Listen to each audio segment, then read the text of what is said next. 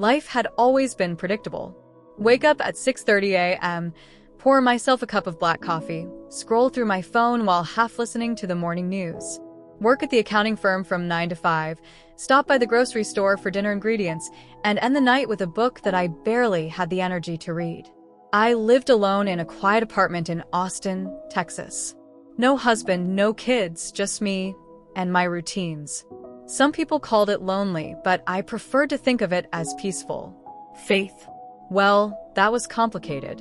I was raised in a Christian household, but somewhere along the way, life chipped away at my beliefs. Church felt performative. Prayers felt unheard. I had seen too many good people suffer, while the worst of the worst thrived. So I kept God at a polite distance. Close enough to acknowledge, but never close enough to lean on. But everything changed on an ordinary Tuesday. I remember crossing the street after grabbing lunch from my favorite deli. The sun was blindingly bright, the air thick with the scent of freshly cut grass. I was thinking about an email I needed to send when I heard the screech of tires. I turned my head just in time to see a black SUV barreling toward me. Then nothing. No impact. No pain. Just darkness. And then I opened my eyes. Suspended between two worlds. I wasn't lying on the pavement, broken and bleeding. I wasn't anywhere. It was like floating in warm water, weightless, surrounded by a golden light that pulsed gently, as if it were alive. I should have been afraid, but I wasn't. A profound stillness settled over me, deeper than any peace I had ever known. The noise of the world, the cars, the voices, the constant, relentless hum of existence was gone. And then I heard it. A voice. But not just any voice. It was everything. It was the sound of love, of truth, of time itself. It didn't speak in words, yet I understood every syllable. "You have questions," it said. I did. I had a lifetime's worth of questions. But in that moment, only one mattered. The one that had been buried in the deepest part of my soul, ignored for years. The one that clawed its way to the surface now, demanding to be answered. So I asked, "Who is the Messiah?" For a moment, silence. A pause so thick it felt like the universe itself was holding its breath. Then the answer came, and it terrified me. "A message for you." Before we continue, I want to take a moment to acknowledge something special. Many of you have been supporting this community with your likes, comments, and shares, and it means more than I can express. Today, I want to do something different.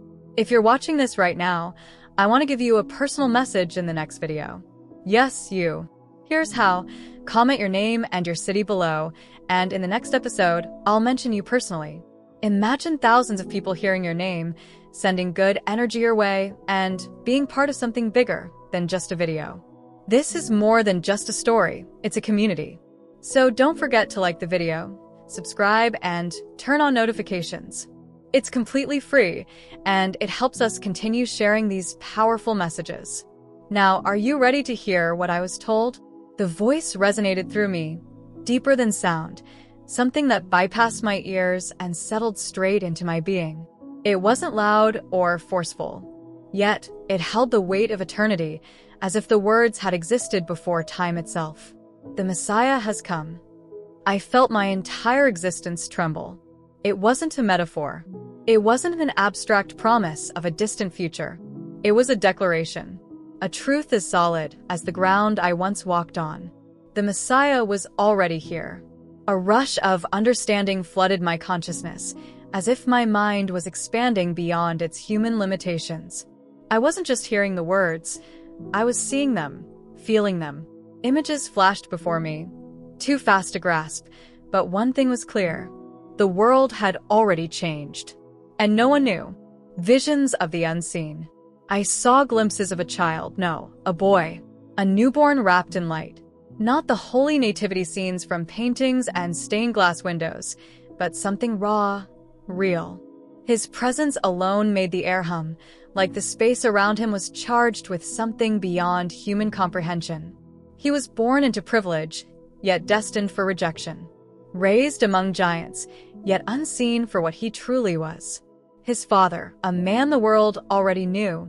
respected by some, feared by others. A man obsessed with the future, with reaching beyond the limits of human existence. A man who had given life to many, yet could not fully grasp the life he had brought into this world. And the boy, the 14th son. I tried to hold on to the vision, to see his face clearly. But just as I felt I was getting closer, everything shattered. The collapse of reality. The golden light around me flickered. The peace that had wrapped itself around me suddenly vanished, replaced by something else. An overwhelming knowing, not just about the child, but about us. Humanity. Our ignorance, our blindness. How we clung to our own versions of truth, unwilling to see what was right in front of us. How many times had the answer been given, only for people to reject it? How many signs had been ignored? I felt a deep sorrow press down on me. Not my own, but his. God was not distant. He was waiting, always waiting. And yet we never truly listened. The weight of this realization was unbearable. I tried to speak, to ask, but the moment I did, the golden light shattered completely. I was falling back into my body, falling back into the world that no longer felt real, awakening to a different world. With a gasp, I opened my eyes. The first thing I saw was a hospital ceiling. Fluorescent lights buzzed overhead, sterile and cold. My chest burned as I sucked in air, my body aching in ways I couldn't comprehend. I was back, but everything had changed. The knowledge, the vision, it wasn't fading like a dream. It was real, and I knew, without a doubt, that I had been shown something the world wasn't ready to accept. I had to find him. I lay in that hospital bed, staring at the ceiling, my mind spiraling into 1,000 directions. Nurses bustled around me, machines beeped, and the antiseptic scent of the room filled my lungs with each shallow breath. But none of it felt real. Not anymore. I had died, and I had returned with a revelation too vast for my human mind to hold without shattering. The Messiah was here, a child, born in privilege, yet hidden from the world's eyes. A boy who carried a destiny too immense for even his father to understand. I had to find him, but how? A world that had moved on. Days passed, and with each sunrise, the dreamlike nature of my experience didn't fade. It wasn't a hallucination, wasn't some fevered delusion. It was truth, burned into my soul with a clarity stronger than any memory I had ever held. But to everyone else, life continued as usual. Friends and family came to visit, relieved that I was alive but unaware of the storm raging within me. The doctors called my survival miraculous, but they had no idea how true that word really was. "You must have a guardian angel," one nurse joked, smiling as she adjusted the foredrip. If only she knew. Every night, I replayed the vision in my mind. The boy, the father, the presence of something divine wrapped around them. And a name that kept surfacing in my thoughts, unbidden. Elon Musk. The idea was ridiculous, absurd. A tech mogul, a billionaire, a man obsessed with the stars and artificial intelligence. What did he have to do with the Messiah? And yet, the more I fought the thought, the heavier it became. It wasn't just a name. It was a whisper in my soul, a truth pressing against the walls of my understanding, urging me to look deeper. The 14th son. I started researching for my hospital bed, using my phone to comb through every bit of information I could find. Elon Musk's children were well documented. At least most of them. The world knew about the twins, the triplets, the unusually named offspring that had sparked internet debates. But what about the ones the media didn't focus on? And then I found it. The 14th child. A name buried under speculation, barely spoken of in the public eye. A child born recently, away from the chaos of the media. No photos, no interviews, just whispers, theories, and silence. Why was this one different? My pulse pounded. The world dismissed these things as gossip, distractions. But I knew this was the child for my vision. A mission that couldn't be ignored. But knowing the truth and acting on it were two entirely different things. How was I supposed to get anywhere near one of the most powerful men in the world? How could I even begin to unravel the mystery surrounding this boy when every door was locked, every path guarded? Doubt crept in, poisoning the certainty I had felt. Maybe I was wrong. Maybe I was chasing shadows. And yet, that voice still echoed in my soul. The Messiah has come. I couldn't ignore it, wouldn't ignore it. I had been given a second chance at life. Not for myself, but for this. For him. And so I made a decision. I would leave everything behind. My job, my home, the predictable life I had clung to for so long. I would go to where it all began. To the heart of power. To the place where this child had been born. And I would find him. Leaving everything behind was easier than I expected. Not because I had nothing to lose, but because, for the first time in my life, I had something to find. I quit my job with no notice. My boss stared at me in disbelief as I handed him my resignation letter, but I didn't care. My apartment lease? Canceled. I sold what little I owned, packed a single suitcase, and booked a one-way flight to Austin. Why Austin? Because that's where everything pointed. Elon Musk's business empire stretched across the world, but many of his most ambitious projects had roots in Texas. From Tesla to SpaceX, from Neuralink to the secretive corners of his world that few ever saw. If I was going to uncover the truth, this was where I had to start. Following the unseen threads. I arrived in Austin on a humid evening, the air thick with the scent of barbecue and asphalt still warm from the sun. Skyscrapers stood tall against the twilight sky, and neon lights flickered to life across the city. I had no plan, no contacts, no real strategy. All I had was faith. I started by visiting every place connected to Musk, public spaces, corporate headquarters, anywhere I could observe without drawing attention to myself. For days, I wandered through the city, tracing invisible lines between my vision and reality. Reading between the lines of interviews, scanning forums where whispers of hidden truths occasionally surfaced. And then, I found something. A small mention in an obscure article about one of Musk's private properties. Not the well-known mansions or corporate retreats, but a location that most didn't even know existed. A secluded estate on the outskirts of Austin, surrounded by land, guarded by high-tech security. A place where, some speculated, he kept what he valued most. My heart pounded as I stared at the screen. I had to get there. The first sign. The next evening, I drove past the estate. It was vast, stretching over acres of untouched land. The gates were reinforced, cameras blinking in the dimming light. I didn't expect to see anything. I just wanted to be close, to feel if there was something there. And that's when it happened. As I slowed my car near the entrance, the air around me seemed to shift. A weight pressed against my chest, not suffocating, but powerful. I knew that feeling. It was the same presence I had felt in the golden light. The same force that had spoken to me beyond death. I wasn't alone. Something or someone was here. I gripped the steering wheel, my breath unsteady. I had come looking for the Messiah. And now, for the first time, I felt like I was close. A special message for you. Before we continue, I want to take a moment to acknowledge something important. You are here right now watching this because you're meant to be. Nothing happens by accident. And I want to make this journey even more special for you. In our next video, I want to mention you by name. Yes, you. All you have to do is comment your name and the city you're watching from. In the next episode, I'll send you a special greeting right here for thousands of people to hear. Imagine your name being called out, your city being recognized, and being part of something bigger than just a video. And don't forget, if you're enjoying this story, leave a like. It helps us grow this community and bring more revelations to light. Now, are you ready to see what happens next? I didn't sleep that night. How could I? The moment I had been searching for, the confirmation that I wasn't chasing a delusion, had finally arrived. Something was there, something beyond this world, wrapped in the silence of that vast estate. But what now? I couldn't just walk up to the gates and demand answers.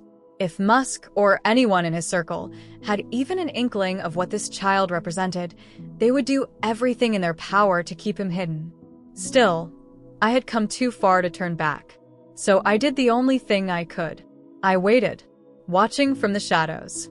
For the next 3 days, I kept my distance, blending into the outskirts of the area, watching, listening, absorbing every detail I could. The estate was heavily protected, but not in the way you'd expect from a celebrity mansion. There were no obvious bodyguards, no flashy security teams patrolling the perimeter. Instead, there was silence. A calculated quiet. A place that didn't want to be noticed. At night, I saw no bright lights spilling from windows, no sounds of lavish parties or business meetings. Just stillness, the kind that made the hair on my arms rise. And then, on the 4th night, I saw him. The child that shouldn't exist. It was brief, so brief that if I had blinked, I would have missed it. A figure, small, wrapped in a simple white garment, stepping into the moonlight for just a second. A boy. He couldn't have been more than 2 years old. But in that single moment, I felt it. The weight of his presence. I had never seen him before, yet I knew him. Knew that he wasn't just a child. Knew that he wasn't ordinary. My breath caught in my throat as he turned, his gaze lifting, not toward the sky, not toward the vast empty land, but toward me. I was hidden in the distance, far from where he stood. There was no possible way he could have seen me, and yet he had. I felt my body freeze, my mind struggling to grasp what was happening. It was as if he saw through the barriers of time, through the limitations of flesh, straight into the soul of the one who had come searching for him. And then, a shadow moved, a tall figure, stepping forward from the darkness, pulling the boy back inside before I could take another breath. The moment was gone, but I had seen enough. I knew now. The Messiah was real, and the world had no idea. A door that wasn't meant to open. That should have been enough. I should have left, taken my knowledge, and let fate unfold as it was meant to. But something inside me wouldn't allow it. I had come too far. I had been shown too much. I had to get closer. So, the next day, I did something reckless. I found a way onto the property. Not through the main entrance. That was impossible. But through the acres of land that stretched behind it, the untouched areas where cameras were scarce, and where the land dipped into hidden valleys. It took me hours. Moving slowly, staying low, my heart pounding with every step. I wasn't a spy. I wasn't trained for this. But something was pulling me forward. And then, after what felt like eternity, I reached the edge of the property. A single wooden fence, old and worn, separating the estate from the land beyond. I placed my hand against it, and at that exact moment, a voice. Soft. Gentle, yet somehow powerful enough to shake the core of my being. You shouldn't be here. I turned, and standing just a few feet away was him. The boy. The child. The Messiah. A glimpse into the divine. I couldn't speak. I couldn't move. All the words I had rehearsed, all the questions I had prepared, vanished in an instant. He was just a boy. And yet he wasn't. His eyes were deeper than they should have been, as if they had seen things no human ever had. And then he smiled. It wasn't a smile of recognition, nor of curiosity. It was a smile that said, I know who you are. I tried to step forward, tried to say something, anything. But before I could, the world around me shifted. The air grew thick, heavy, charged with something that felt both ancient and eternal. And then, a hand grabbed my arm. A force yanked me backward, pulling me away from the boy. I gasped, struggling, but the grip was firm, relentless. I turned, and for the first time, I saw the guardian. A man, tall, dressed in black, his presence colder than the night air. Leave, he said, his voice sharp, final. I knew better than to argue. I stumbled backward, my mind spinning. The boy, the Messiah, hadn't moved. He simply watched as I was pulled away, watched as I was forced back into the world that wasn't ready for him. And just before I lost sight of him, he did one final thing. He lifted a small hand. And waved. Not as a child, but as someone who knew, someone who understood, someone who was waiting. And then, everything went black. I woke up to the sound of my own breath, ragged and uneven. I wasn't in the woods anymore. I wasn't anywhere near the estate. Instead, I was back in my motel room, sprawled across the bed, my head pounding as if I had been dropped from the sky. Had I dreamed it? No. The weight of what had happened was still pressing against my chest. The boy. His eyes. His smile. And the guardian. The man who had dragged me away from the moment I had spent my entire life searching for. But how had I gotten here? Had they carried me?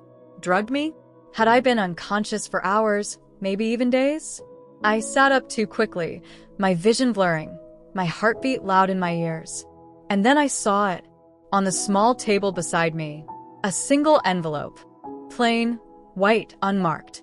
With trembling fingers, I picked it up and tore it open. Inside, there was only one thing. A note, scrawled in careful, deliberate handwriting. The warning. You were never supposed to see him. Leave now before it's too late. No signature. No explanation. Just those words. I read them over and over again, my pulse hammering in my ears. It was a warning. A final one. But from who? The guardian? Musk himself? Someone else, someone even higher in whatever chain of secrecy was surrounding this child? I exhaled, my hands shaking. They wanted me to leave. They expected me to leave. And maybe I should have. Maybe this was bigger than me. Maybe I was in over my head. But then I thought of him. The boy. The Messiah. And I knew that walking away wasn't an option. The hidden war. I wasn't just dealing with secrecy. I was dealing with something deeper, something ancient. This wasn't about protecting a child from the media or keeping a high-profile birth under wraps. This was about controlling truth. Suppressing knowledge that could change everything. Because if the world knew, if the world understood who this boy truly was, what would happen? I thought about history. How many times had the truth been hidden? How many times had those in power silenced those who spoke out? The patterns were always the same, and I had been given a choice. To be silent, or to fight. I crumpled the note in my fist. I had already made my decision. I wasn't going anywhere. The next move. But I couldn't just rush back in. The first time had been reckless. The next time, I had to be prepared. I needed to know more about the Guardian. Who he was. What he represented. How far he was willing to go to keep me away. And most of all, I needed to find a way back inside. Because I wasn't done yet. Not even close. A message for our community. Before we continue, I want to share something important with you. This channel isn't just a place for stories. It's a community. One that exists because of people like you who believe in something greater. We don't make money from this. We don't do it for profit. We do it because we believe. If you want to support this journey, the best thing you can do is like this video and subscribe to the channel. It costs nothing, but it helps more than you can imagine. Together, we can uncover the truths that were never meant to be seen. I didn't leave. I couldn't. I knew that if I walked away now, I would never forgive myself. I had seen too much, felt too much. And somewhere deep inside me, I knew this wasn't just about me anymore. This was about the world. This was about him, the Messiah. The boy who had looked at me, not with fear or confusion, but with knowing. And if he knew, then I had to believe that I was meant to be here. I had to find a way back in. The breaking point. I spent days moving carefully, staying hidden, watching, waiting. The estate remained silent, just as before. But I knew something had changed. The Guardian was watching me now. The first time, I had been a curiosity. A stranger who got too close. Now I was a threat. And I realized something terrifying. They weren't just protecting the child from the world. They were protecting the world from him.